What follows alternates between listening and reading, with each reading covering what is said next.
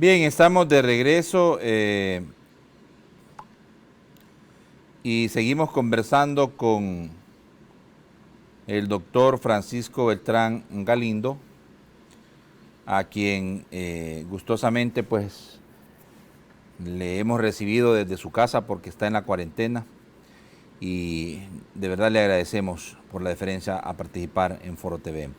Doctor, al menos 63 personas han sido retenidas por violar la cuarentena especial en las últimas horas. La cuarentena especial vigente del pasado jueves ya tiene privados, porque hay que decirlo, esa es la palabra, privados de su libertad ambulatoria desde las 6 de la tarde de ayer al menos 63 personas. Según el informe de la policía, los infractores, luego de ser sorprendidos, fueron enviados a centros de salud para someterlos a la evaluación médica y determinar si presentan una amenaza de contagio para su entorno familiar. Bueno, es solo una parte de lo que está ocurriendo en este momento con la aplicación de dos decretos ejecutivos, 22-23 y la ley COVID. Doctor, ¿cuál es su análisis jurídico legal en referencia a estas decisiones tomadas desde la Asamblea Legislativa, pero que han servido de plataforma para que el gobierno implemente esta cuarentena especial? Bueno, quizás aquí un poco explicar antes un cierto concepto de las normas jurídicas. Adelante. La Sala de lo Constitucional había fallado que muchas de las disposiciones que se estaban dando sobre la cuarentena eran inconstitucionales en función de que se estaban haciendo sin que hubiera un permiso legislativo claro y concreto para que eso pudiera pasar. La lógica es que como ciudadanos somos libres de hacer lo que querramos, a no ser que haya una ley autorizante que nos restrinja la libertad. Dentro de ese concepto, entonces, la sala empezó a pedir que hubiera un decreto legislativo que regulara toda esta situación. Después se continuó con el decreto ese 18, el 19, después el 20 y el 22. Y en todos esos decretos, el Ejecutivo, sin tener una legislación que le diera soporte, estaba asignándose una cantidad de funciones, haciéndolas aparecer como que estaban en el marco del control de la pandemia. Algunas tenían efectivamente que ver con la pandemia y hay situaciones en las que ahí se dice que puede ser que tenga que ver con la pandemia, pero había otra cantidad que excedían lo que tiene que ver con pandemia. Y me explico mejor. Por ejemplo, lo que pasó en el Puerto de la Libertad. Las personas salieron a comprar, obviamente en una necesidad que tenían y tal, que se confiaron, sí. Pero no hay atribución, no tenía el Ejecutivo atribución de mandar al ejército y a la policía y cerrar el pueblo. Eso no lo podía hacer. ¿Por qué? Porque no había un indicio real de que fuera un foco de infección. De hecho, en ese momento, el Puerto de la Libertad creo que tenía solo un reportado. Entonces, no había un motivo para poder decir voy a cerrar el pueblo porque aquí hay un brote epidémico y eso no era así. Entonces, ese tipo de acciones que se plantean como que fueran en función de la pandemia, pero que no lo son, sino que más bien son medidas de castigo, es lo que la sala ha venido insistiendo que son acciones ilegales del Ejecutivo, del Ejército y de la Policía. Entonces, ahora llegamos al decreto que usted menciona, el 600 y tanto. Ese decreto sí trata de darle autorización al legislativo para retener a las personas. Pero también lo plantea en el marco de hechos epidémicos. ¿Qué es lo que dice el decreto? Dice, usted, si alguien anda circulando sin permiso, sin cumplir las reglas, entonces la policía lo debe enviar a un lugar donde médicamente se le revise si está o no contaminado. Y si está contaminado, obviamente queda guardado, que es lo que en la Constitución dice, que en caso de las epidemias, las personas están obligadas a someterse a los tratamientos que el gobierno diga. Pero si no está infestado, entonces ahí la ley comete un error y dice, el Ministerio de Salud evaluará si lo manda a su casa o lo manda a un centro de reclusión. No hay base para recluir a la persona. Entonces, lo que deberían tener y esa es la parte que se está discutiendo, que es inconstitucional, porque le da un derecho arbitrario, discrecional al Ejecutivo para retener la libertad de la persona. Entonces, el punto fundamental acá que hay que combatir, obviamente, hay que fomentar que la gente se quede en su casa, que solo salga cuando las reglas lo digan, etcétera, etcétera. Pero todo eso tiene que ser hecho en base a una ley y un respeto de los derechos humanos.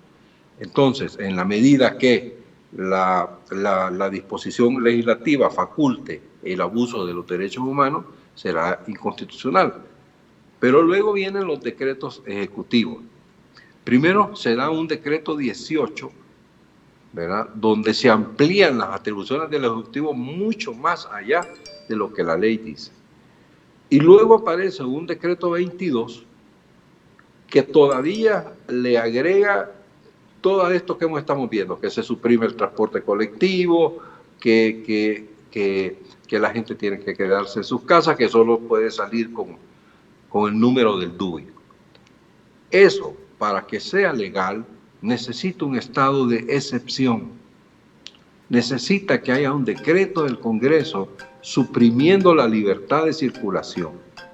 Solo de esa manera el Ejecutivo puede hacer una disposición de esa magnitud, porque lo que la Constitución dice que en el caso de pandemia se puede controlar, se puede restringir la circulación, pero en zonas donde hay afectación pandémica, donde está la epidemia puesta.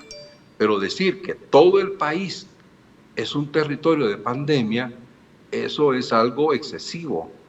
Y yo se lo pongo de esta manera, Josué.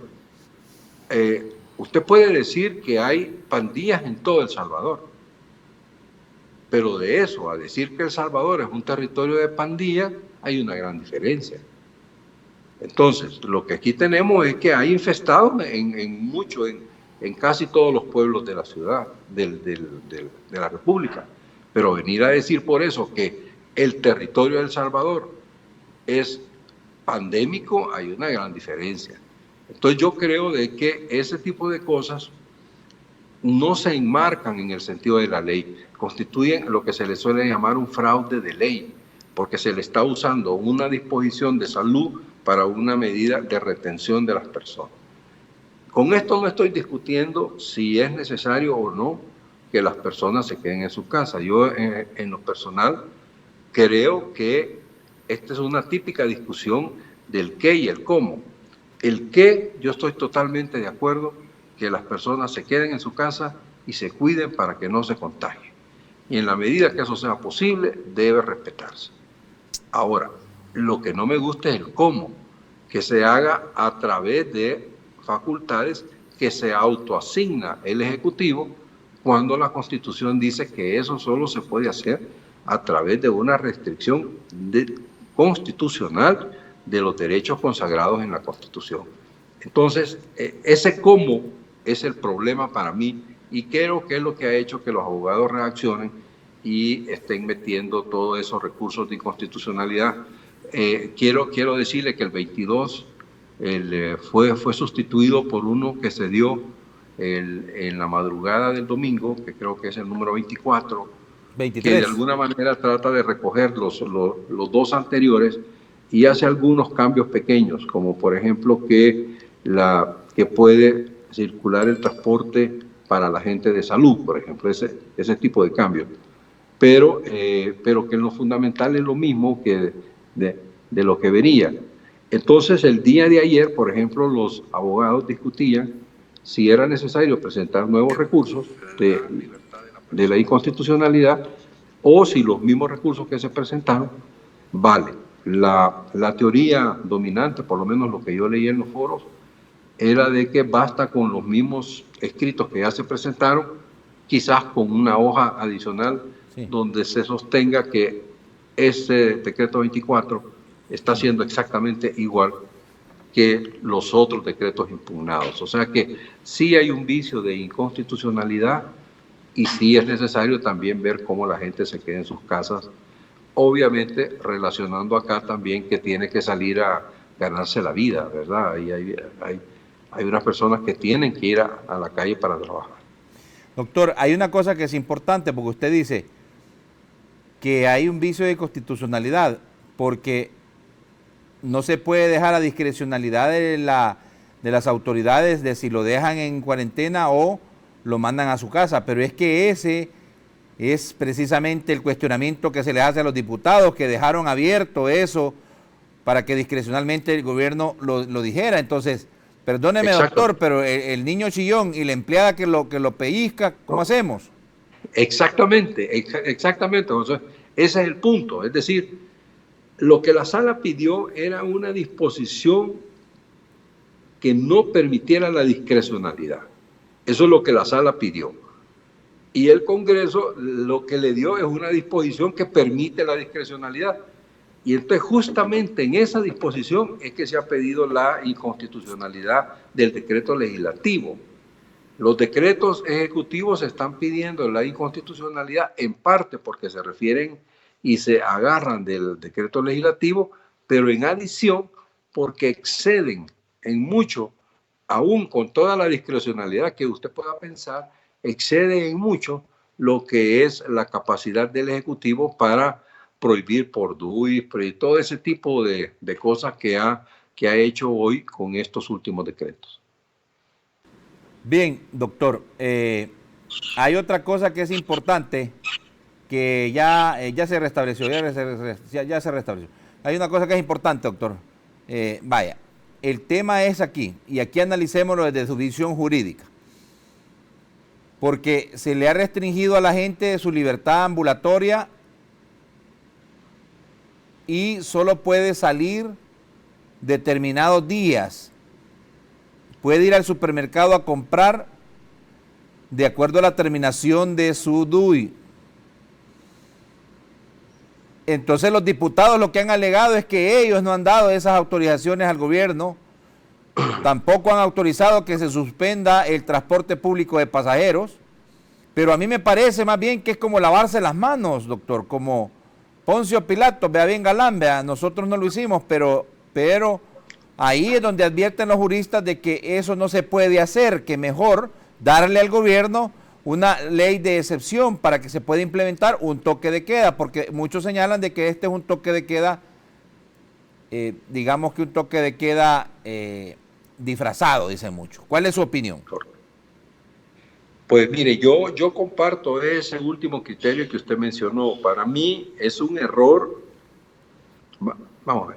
Si es necesario restringir la circulación de las personas, así como lo está haciendo el gobierno, yo no voy a cuestionar si esa es la medida correcta o no, pero el punto es que si eso es necesario, eso tiene que estar respaldado por un régimen de excepción. Esa es la forma jurídica y natural que debe ser hecha. Es decir, si yo voy a poder decir, usted no se mueve de un municipio para otro, si yo voy a poder decir, no hay transporte urbano porque simplemente no quiero que la gente se mueva, si usted no va a poder decir, usted tiene que salir a su casa solo cuando su número final del DUI sea tal o cual, ¿sí? Me están restringiendo realmente la movilización, con buenos propósitos, vamos a dejarlo ahí, pero no tiene facultades para hacerlo.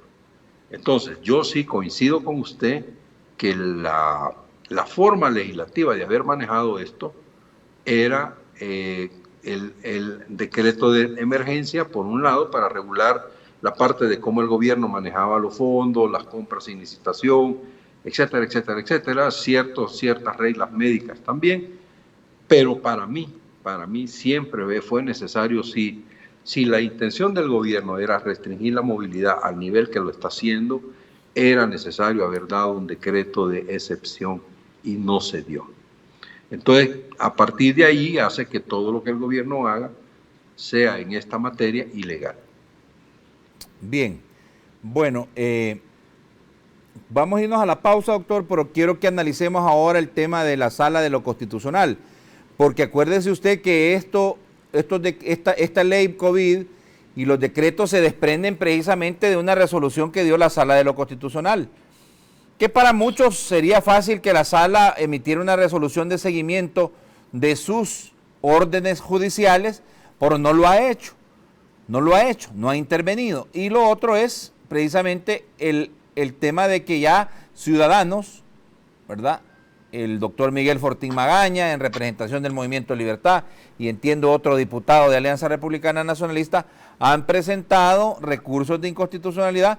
Bueno, y hasta hoy parece ser que le ha sido difícil a la Sala estudiarlos porque no hemos tenido noticias de ellos, ¿verdad?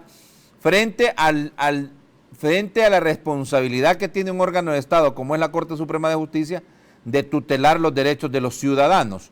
Porque está bien, muchos dicen está bien que, y todos creo que estamos conscientes de que el gobierno debe de tener herramientas para poder combatir esto, y todos debemos de colaborar, y todos debemos también de saber que no son tiempos fáciles, que son tiempos difíciles, pero lo que dicen muchos juristas es que se debe de hacer en el marco de la Constitución.